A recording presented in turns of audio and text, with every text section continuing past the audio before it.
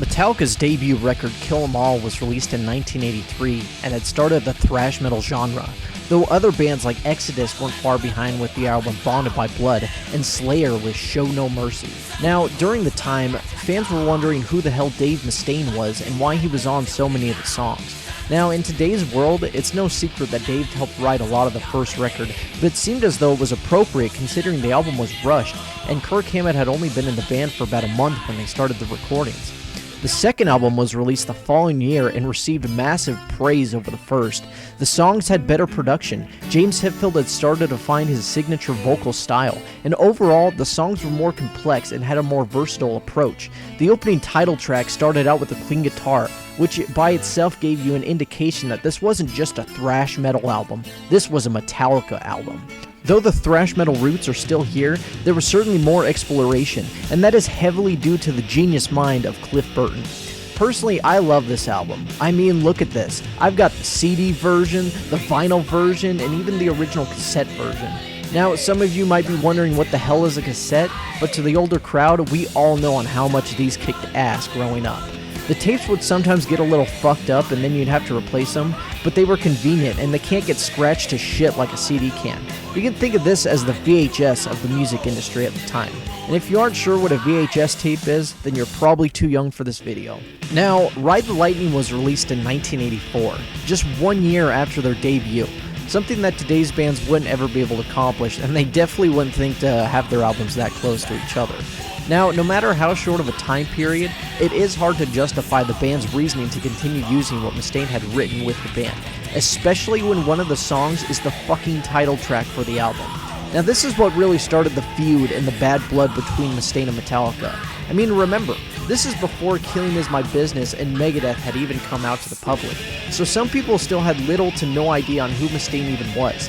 They must have thought he was a producer or songwriter for the band or something. I mean, you can look around both albums, but you're not going to find a single picture of him. Now, this is where the confusion comes into play. If you look on YouTube, you can find the Ride the Lightning demos with some people claiming that Dave is playing on the two songs that he's credited with, which is Ride the Lightning and Call of Cthulhu, which originally was written with a C for the book, but it was changed to a K for the album by Cliff because he figured it was going to be easier to pronounce to most people. Now, the most viewed demo version of this on YouTube claims that not only Dave is playing on the guitar, but he's singing the vocals as well. Like, are you kidding me? The fucking vocals?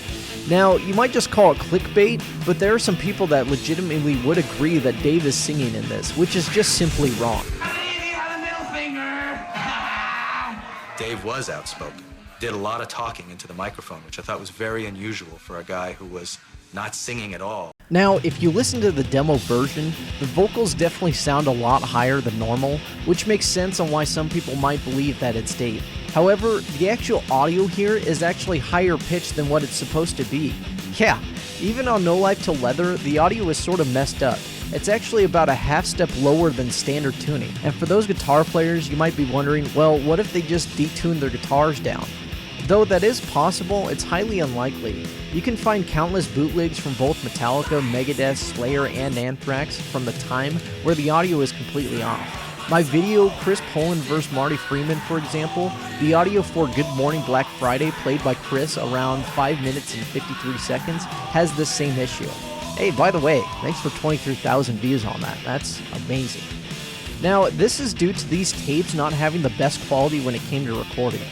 I can recall recording stuff off the radio in the 90s, listening to it afterwards, and finding that the audio was slower or it was faster, and that completely affected the pitch of the audio as well. Due to modern day technology, I was actually able to do some audio engineering, and I was able to correct the pitch. It might have enhanced the audio a little bit as well, just so it's easier to listen to. Let's go ahead and compare the original demo that you find on YouTube, and compare it to what it would have sounded like when they were actually recording it.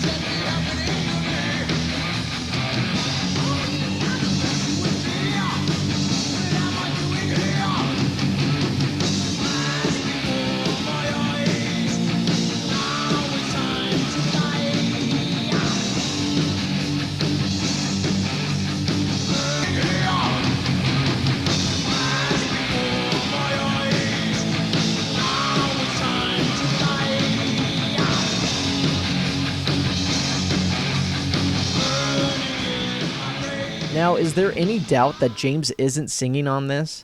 If you're still on the fence, let's take a listen to the live concert in 1985 on the Day on the Green, and the vocal projection might be a little different here due to James still trying to find his vocal style in 83 when the demo was being made compared to 85 when James had pretty much refined his vocals about tenfold.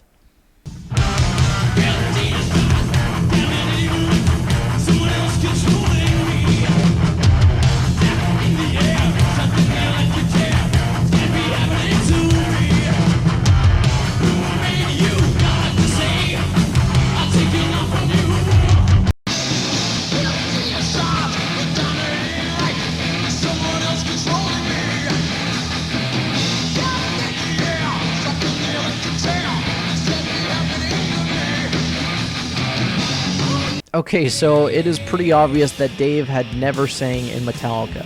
But what if Mustaine is playing in the demos?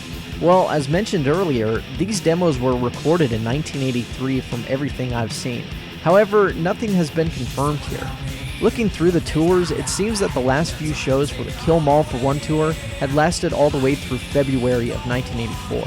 And if you're a quote-unquote fanboy like me, you'd know that Metallica doesn't write while they're on the road and they're doing tours. This would also give them little to no time to be able to record a 4-song demo while they're out on the road doing shows. Now this makes it almost impossible for Dave to have any part of these demos at all, especially when they were still recording Kill 'Em All. Now, playing guitar for almost 10 years has also given me an insight to the playing styles of both Kirk and Dave as well. Though they have a similar take, especially for the time period, this without a doubt is Kirk's playing style. Dave was extremely vicious on guitar, and this solo just doesn't suit him well. Compared to songs like Creeping Death and Fight Fire with Fire, it's pretty easy to tell that this solo 100% belongs to Kirk Hammett. Now, everything that Dave contributed to this song is mainly the main riff and the spider chord in the song, which was actually changed due to complications with playing the riff itself. Now, during the recording of the album, Metallica was actually debating to hire John Bush from Anthrax and Armor Saints at the time to do the vocals while James played the guitar due to the complexity of the riffs while trying to sing. Now, thankfully it worked out, but the spider chord on Ride the Lightning is not the way it was originally played, and thus it is a varied version of it. But don't take my word for it, here's Dave himself playing it the original way.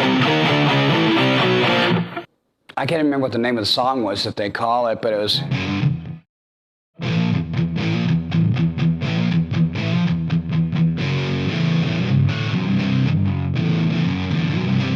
whatever the hell that's called.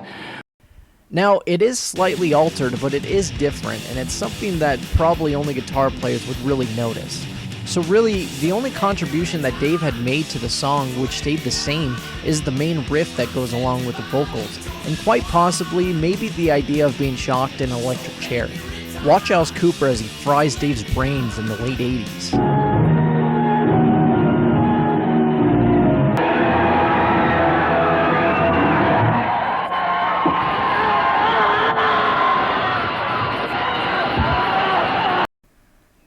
So, to answer the question, Dave not only wasn't singing on Metallica's demo, but he also never played anything from Ride the Lightning.